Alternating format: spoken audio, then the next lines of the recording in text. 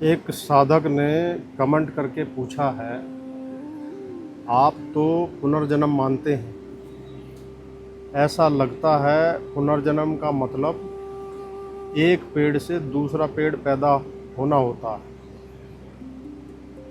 पहला पेड़ तो नष्ट हो गया, वो दोबारा कभी पैदा नहीं होगा। यह जीवन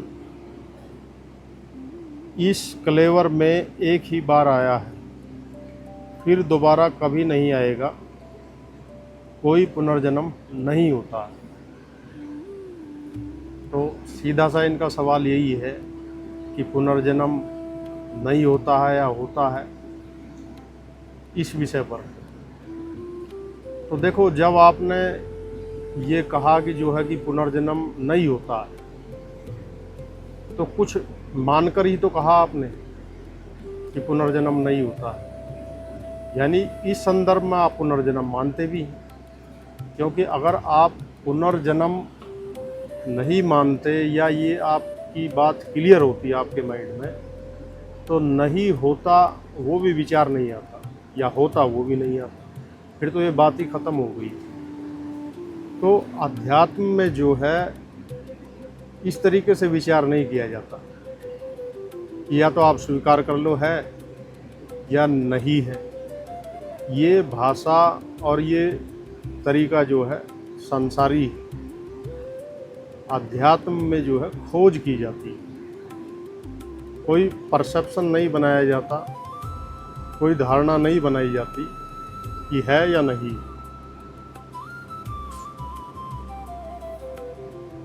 अगर मन में कोई संदेह है तो उसकी खोज की जाती है कि भाई अगर है तो कैसे है, और नहीं है तो क्यों नहीं है। अगर हम किसी एक पक्ष को मानेंगे तो दूसरा पक्ष अपना आप ही खड़ा हो जाएगा। अगर आप पुनर्जन्म को नकारेंगे तो किसी न किसी जीवन को तो आप खोज रहे हैं, फिर आप ये भी कैसे कह सकते हैं कि जीवन समाप्त हो गया। और आपका जो जवाब है वो आप ही के सवाल में है। आपने कहा एक पेड़ से दूसरा पेड़ पैदा होता है, तो एक पेड़ से दूसरा पेड़ पैदा होना ही ये सिद्ध करता है कि जीवन कंटिन्यू है, लाइफ कंटिन्यू है। और जब लाइफ कंटिन्यू है तो लाइफ को जानने वाला, उसका भोग करने वाला, उसको अनुभव करने वाला भी तो कंटिन्यू होगा। खाली लाइफ ही कंटिन्यू थोड़ी हो जाएगी। फिर ये कैसे जान पाएगा वो कि एक पेड़ से दूसरा पेड़ पैदा हो रहा है। यानी कि जानने वाला तो रहेगा, अनुभव करता तो रहेगा, तभी तो जीवन है, ये बात सिद्ध हो पाएगी। हाँ, किस संदर्भ में नहीं है वो खोज करनी है, और किस संदर्भ में है ये जानना है। बस इतना सा अंतर है। और अगर एक पेड़ से दूसरा पेड़ पैदा हो रहा है तो पेड़ तो उसमें जिंदा ही है ना, पेड़ तो नहीं मरा। पेड़ का एक नया वर्जन आ गया, एक नया अस्तित्व आ गया। इतना ही तो बदलाव हुआ, और बदलाव ही तो प्रकृति का नियम। और पेड़ की तरह ही मनुष्य से भी मनुष्य ही पैदा हो रहा है। सभी जीव योनियों में सब कुछ ऐसा ही हो रहा है। तो वहाँ कोई ना कोई तो अनुभव कर रहा है, कोई सूक्ष्म शरीर तो वहाँ पे है ही, जब भी तो वो सब चीज़ों का अनुभव हो रहा है। अगर ना हो तो कैसे हो। अगर हम ये कहें कि नहीं है तो फिर जीवन का अनुभव ही कैसे होगा। कौन जानेगा कि जीवन है या नहीं। कौन जानेगा पेड़ हैं, पहाड़ हैं, नदियां हैं कि नहीं है। कोई तो इसका अनुभव करने वाला है। जो नहीं है और जिसका होना लग रहा है, बस उस भ्रम को मिटाना है। जो है वो तो सदा से है ही, वो तो अनंत है, उसका तो जन्म होगा ही नहीं, ना मृत्यु होगी। लेकिन परिवर्तन होता है। प्रकृति भी आदि अनंत है, इसका ना कोई अंत है ना कोई इसकी बिगनिंग है। इसमें परिवर्तन है। बस ये समझना है कि प्रकृति के अंदर परिवर्तन है, और इसी प्रकृति में एक पुरुष तत्व है जिसमें परिवर्तन नहीं है। क्योंकि तभी वो प्रकृति के परिवर्तन को जान पा रहा। अगर वो स्वयं भी, पुरुष भी जो इसका जानने वाला है, उसमें भी अगर परिवर्तन होगा तो प्रकृति के परिवर्तन का भेद कैसे कर पाएंगे। और पुनर्जन्म शब्द का अर्थ ये है रिपीटिशन, कि एक चीज़ बार बार रिपीट हो रही है तो वो सब जगह हो ही रही है। किसी भी योनि में देख लीजिए आप, सब चीज़ें रिपीट हो रही है। अगर एक मनुष्य से दूसरा मनुष्य पैदा हो रहा तो उसके वही तो 2 हाथ 2 पैर हैं, उसके अगर ऐसा नहीं होता तो उसके 4 हाथ 4 पैर क्यों नहीं हो रहे हैं। सब उसका स्वरूप पूरा क्यों नहीं बदल रहा है। ये चीज समझने की। तो जीवन तो कंटिन्यूटी है ही, जीवन कंटिन्यू है, लाइफ रुकती नहीं है, उसका स्वरूप बदलता। और अगर हम ये कहें कि भाई पुनर्जन्म नहीं है, चलो आप ही की बात मान लेते हैं, तो क्या इससे आपका सुखी दुखी होना मिट गया? क्या आपका जीवन आनंदित हो गया? अगर है तो भी क्या फर्क पड़ा, और नहीं है तो भी आपके जीवन पर क्या अंतर पड़ा? अगर ऐसा भी आप मान रहे हैं कि नहीं है, मैं इस बात पर जोर नहीं दे रहा हूँ कि है या नहीं है, अगर नहीं है तो उससे आपके जीवन पर क्या बदलाव? क्या आप जीवन में फिर सुख दुख का अनुभव नहीं कर रहे हैं? आप ऐसा मान के भी जीवन जी के देखिए, और है कि पुनर्जन्म है ये मान के भी जीवन जी के देखिए, और फिर दोनों में अंतर कीजिए। दोनों ही स्थिति में आपके अंदर सुख दुख का अनुभव करने वाला कोई अनुभव करता है या नहीं है, ये चीज़ जानिए। तो इस तरीके से जो है विचार किया जाता है अध्यात्म में जो, और ऐसे खोज होती है, ना कि पहले से ही कोई स्टेटमेंट दे के किसी चीज़ का हल निकलेगा। क्योंकि आपका अपना तो कोई ज्ञान नहीं है, वो है या नहीं है ये तो आप जाने नहीं हो इस चीज़ को। जब आप जानोगे तब वो चीज़ क्लियर होगी, और उसका जो प्रभाव आपके जीवन पर पड़ेगा वो प्रभाव फिर जो है फाइनल हो। और अपने को जांच के देखते रहिए कि मैं अगर कहता हूँ कि पुनर्जीवन नहीं है तो क्या मेरी चाहतें मिट गई? क्या मैं बंधनों से मुक्त हो गया? मैं खुद को बंधा हुआ महसूस नहीं करता हूँ? मैं खुद को क्या आज़ाद महसूस करता हूँ ऐसा करने से? तो जब इस तरीके से आप अपने चित्त में गहरे में जाएंगे, डीप जाएंगे, डीप एनालिसिस करेंगे, तब आपको बातें क्लियर होंगी।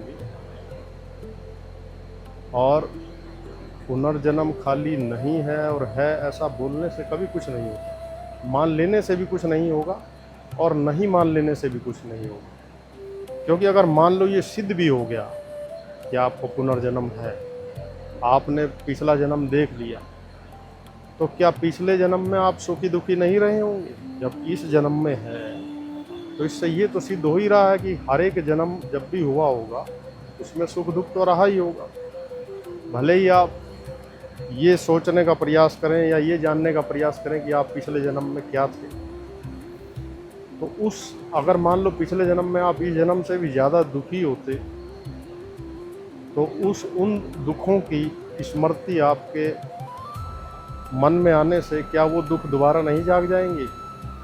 क्या जिन लोगों ने आपको कष्ट दिया होगा उन लोगों से बदला लेने का भाव नहीं आएगा?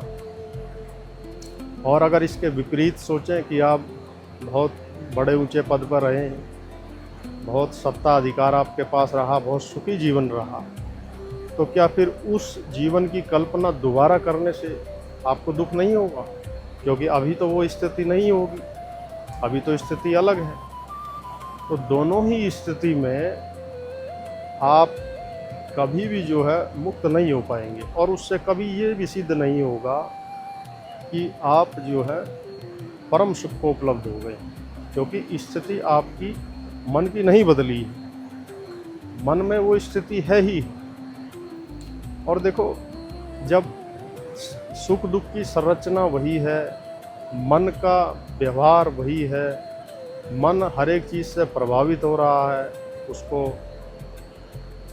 कुछ बातें अच्छी लगती हैं, कुछ बुरी लगती हैं, तो ये लगना उसका बंद नहीं हुआ है, समभाव उसका बना नहीं है और अपने सच्चे स्वरूप का बोध हुआ नहीं है।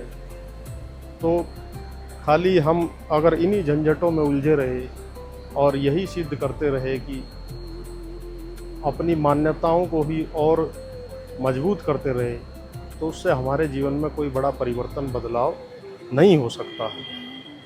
अब देखो, ये बात सिद्ध हो ना हो कि पुनर्जन्म है या नहीं है, लेकिन एक बात ज़रूर सिद्ध होती है कि जीवन है।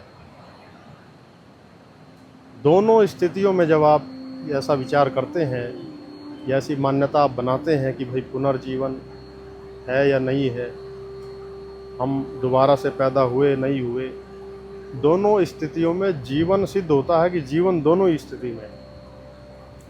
तो हमारा जो मेन लक्ष्य है, जो जीवन का एक उद्देश्य है, वो ये है कि जीवन क्या है इसका बोध हो, जीवन क्या है इसकी समझ हमें मिले।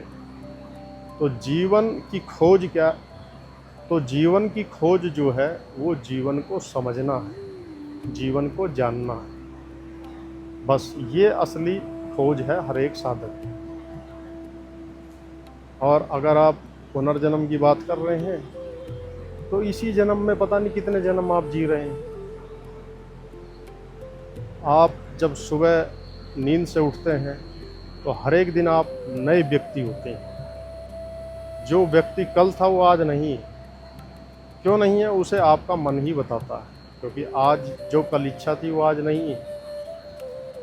जिन लोगों से कल तनाव बहुत ज़्यादा था, उनसे आज तनाव उतना गहरा नहीं है। जिनसे कल प्रेम ज़्यादा था, उनसे आज वो प्रेम भी उतना गहरा नहीं है। तो उसमें भी जब बदलाव हो रहा है, उसमें भी परिवर्तन हो रहा है, तो वो परिवर्तन क्या आपके अंदर नहीं हो रहा? उस परिवर्तन को क्या आप नहीं जान रहे हैं? उन अनुभवों से क्या आप अपरिचित हैं? तो अगर आप सब कुछ जानते हुए भी अनजान की स्थिति में रहोगे तो इसे ही भ्रम कहते हैं, यही इल्यूजन है। और इसी इल्यूजन को मिटाना ही बोध है और यही सत्य का संग है। आप जरा विचार कीजिए कि एक व्यक्ति कितना ही बड़ा अपराधी है, हिस्ट्री सीटर है, पता नहीं उसने कितनी हत्याएं की हैं, क्या उसे नींद में ये बोध रहता है कि वो अपराधी है? क्या वो अपने अपराध को छोड़ के नींद में प्रवेश नहीं करता? क्या उस नींद में उसकी सभी अपराधों से निवृत्ति नहीं हो जाती? तो इस प्रकार से जब आप अपनी खोज करेंगे कि मैं कौन हूँ, तो नींद में तो एक प्राकृतिक रूप से सभी अपराध से, राग द्वेष से निवृत्ति होती है। फिर आप जागृत में भी सभी प्रकार के अपराध बोध से, सभी प्रकार के सुख दुख से निवृत्त हो जाएंगे। तो वही अवस्था आ जाएगी जो नींद में है। लेकिन नींद में वो जो अवस्था है वो तमोगुण के कारण है। और यहाँ आप जो है स्वयं में स्थिति के कारण वो अवस्था को पाएंगे कि अपने में स्थित हो गए हैं, अपने सत्य को जान गए हैं। तो जब अपने सत्य का बोध हो गया है तो जागृत में भी वह स्थिति मिल जाएगी जो नींद में स्थिति थी। नींद में जब हमें स्वप्न आता है तो क्या सपने में हमारा नया जीवन नहीं होता है, नया जन्म नहीं होता है? क्या सपने में सुख दुख अनुभव नहीं होते हैं? क्या सपने में जो दर्द होता है वो असली मालूम नहीं पड़ता है? क्या सपने की भूख नहीं मालूम पड़ती है? सपने की प्यास मालूम नहीं पड़ती है? तो वो सपना था, क्या सपने में आप ये जान पाते हैं कि ये सपना है? सपने से जागने के बाद आपको मालूम पड़ता है कि ये सपना था, चाहे वो कितना ही अच्छा हो और चाहे कितना ही भयानक हो। तो ऐसे ही इस जागृत अवस्था में भी जब आप अपने स्वरूप का दर्शन करेंगे तो फिर ये जो जागृत के सुख दुख है इसके भय से भी मुक्त हो जाएंगे और वो जीवन मिलेगा जो जीवन कभी नष्ट नहीं होता है, जो जीवन हमेशा रहता है और जिसमें प्रेम होता है और जिसमें एक रस, एक ऐसा रस जो निरंतर बढ़ता ही रहता, कम नहीं होता, वो जीवन मिलता है। क्योंकि इस जीवन में तो रस आता है चला जाता है, मज़ा आता है चला जाता, हमेशा नहीं रहता, लेकिन वो मज़ा कभी ख़त्म नहीं हो सकता है। ये बोध आपको इसी जीवन में होगा और ऐसे खोज करने से होगा। तो जिस प्रकार से सपना भी आपके संकल्प को, सूक्ष्म शरीर को सिद्ध करता है कि वहाँ भी कोई संकल्प करने वाला है, वहाँ भी कोई इच्छा करने वाला है सपने में, और इस जागृति में भी है, तो इन दो अवस्थाओं से ही आपको ये मालूम पड़ता है कि कहीं ना कहीं जो बात आप कर रहे हैं जन्म की पूर्व जन्म की, वो उनको कहीं ना कहीं तो सिद्ध करता ही किसी न किसी स्वरूप में। और जैसे अगर हमें स्वप्न भी आया है नींद में, तो वो किसी न किसी संकल्प के कारण तो आया है, यानी कोई इच्छाएं तो हैं जिनका भोग हम इस जागृत अवस्था में नहीं कर पा रहे हैं, उसका भोग अगर हम स्वप्न के माध्यम से कर रहे हैं, तो वह भी तो ये सिद्ध करता है कि वो भी एक जन्म है, क्योंकि वहाँ भी अनुभव हो रहे हैं और हम अनुभव करना चाह रहे हैं तभी तो अनुभव हो रहे हैं, नहीं चाहेंगे तो क्यों होंगे। तो आप ये देखिए ना, और उस स्वप्न में भी पुराने कोई संस्कार है, संचित कर्म है, ऐसा जीवन प्रकट हो रहा है जिस जीवन से आप परिचित ही नहीं है, तो कहीं ना कहीं वह भी तो किसी पूर्व जन्म को सिद्ध करता होगा, या कहीं जो पूर्व के संस्कार हैं या अधूरी इच्छाएं हैं, या कहीं ना कहीं कोई घटनाएं आपने अनुभव करी होंगी, तभी तो उनकी स्मृति भी सपने में आ रही है, जिससे आप इस जन्म में भी परिचित नहीं है। वो कहाँ से निकल के आ रही है, वो पिक्चर आपके अंदर कौन चला रहा है, यानी वो अनुभव कहीं ना कहीं आपके सूक्ष्म शरीर में स्टोर हैं, तभी वो रिफ्लेक्ट हो रहे हैं। कोई चीज़ अगर पूरी तरीके से नहीं होती तो उसका कभी अस्तित्व नहीं होता। ये बातें भी इन चीज़ों को सिद्ध करती हैं। और फिर ऐसे भी आप बहुत उदाहरण देखते ही हैं कि कई लोग क्लेम भी करते हैं कि भाई ये मेरा पिछले जन्म में ये नाम था, इसमें ये है। चलो हम उस चीज़ को उतना गहराई में नहीं जाते हैं, लेकिन जो तीन काल तो आप महसूस कर ही रहे हैं, जागृत, स्वप्न और सुषुप्ति। तो सपने में जो आपको अनुभव हुआ, उस अनुभव का आपका जागृति से कोई लेना देना ना हो कि भाई इस जन्म में तो आपने वो अनुभव किया नहीं, लेकिन वो अनुभव कहीं से तो आया है, कहीं से तो वो स्मृति आपके अंदर है, तभी तो वो अनुभव आपको सपने में हो रहा है। वो देश आपने देखा नहीं, उस देश में आप गए नहीं और वहाँ का आप अनुभव कर रहे हैं, तो घटनाएं कभी तो घटी होंगी, तभी तो उनका कोई ना कोई चिन्ह आपके अंदर रह गया है, वो स्मृति में आपकी पड़ा हुआ है, वो मेमोरी में आपके पड़ा हुआ है। तो ये बातें निरर्थक हैं कि पूर्व जन्म है या नहीं है, इस बात से अध्यात्म में कोई लेना देना नहीं है, और इस बात के सिद्ध होने से भी आपको लाभ नहीं है, और ऐसा नहीं मानने से भी कोई लाभ नहीं है। अगर आपको कोई लाभ होगा तो वो अपने को जानने से होगा, अपनी खोज से होगा, इसके अलावा कहीं से कुछ नहीं होगा। तो आज की इस वीडियो को यहीं समाप्त करते हैं, और आपका सुनने के लिए, समय देने के लिए और कमेंट करने के लिए बहुत बहुत हृदय से धन्यवाद।